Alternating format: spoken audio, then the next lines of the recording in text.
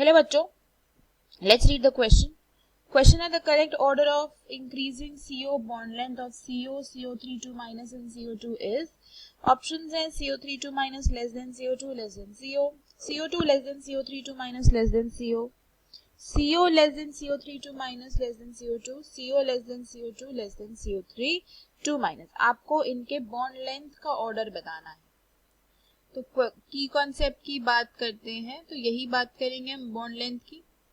देखो, आपका जो बॉन्ड लेंथ होता है ना, that is inversely related to the bond order. तो अगर मुझे बॉन्ड ऑर्डर पता चल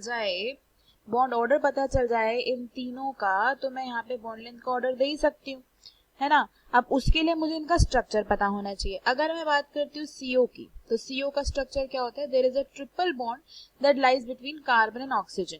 तो अगर आपका ट्रिपल बॉन्ड बन रहा है यहाँ पे, तो बॉन्ड ऑर्डर को अगर हम बीओ से रिप्रेजेंट करें और बॉन्ड लेंथ को बीएल से रिप्रेजेंट करें, तो इस केस में जो बॉन्ड ऑर्डर निकल के आएगा वो आ जाएगा 3. इसके स्ट्रक्चर से पता चल रहा है क्योंकि इसमें 3 बॉन्ड्स बन रहे हैं, इसमें बॉन्ड ऑर्डर आपका 3 होता है, राइट.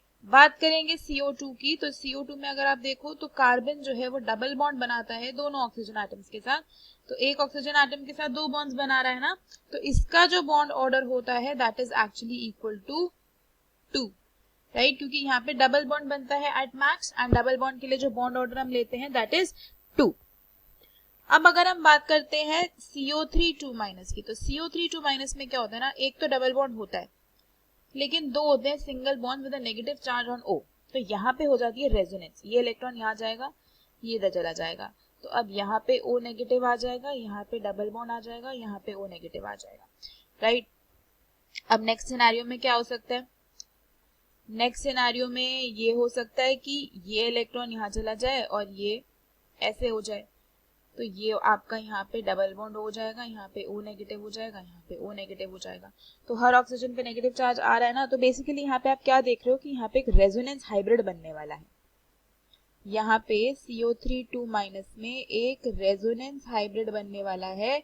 हर एक पे एक ना एक बार तो डबल बॉन्ड आएगा ही.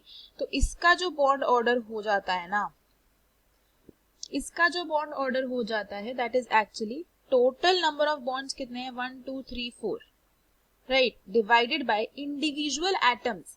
इंडिविजुअल एटम कितने एटम से जुड़े हुए हैं, तो एक एटम यहाँ पे 3 एटम से जुड़ा हुआ है, उससे डिवाइड कर दोगे तो इसका बॉन्ड ऑर्डर आपका 1.33 आ जाता है. तो होना तो यहाँ पे, अब देखो, एक सिंगल बॉन्ड्स भी है, डबल बॉन्ड्स भी है, तो 2 तरीके के बॉन्ड ऑर्डर होने चाहिए थे, लेकिन क्योंकि यहाँ पे रेजोनेंस हो जाती है, रेजोनेंस हाइब्रिड बन जाता है, तो सबकी बॉन्ड लेंथ बराबर की हो जाती है और बॉन्ड ऑर्डर इनका एक एवरेज निकल के आ जाता है 1.33 का.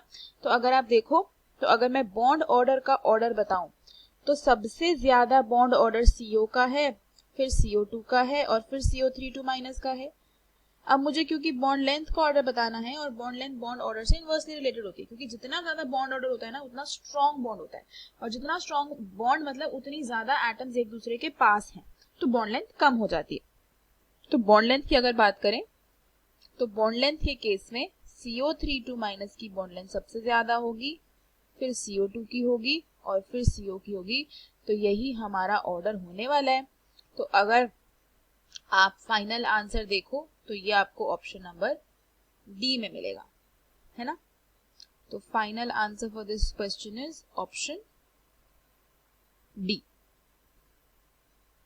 Hope you understood it well. Best of luck.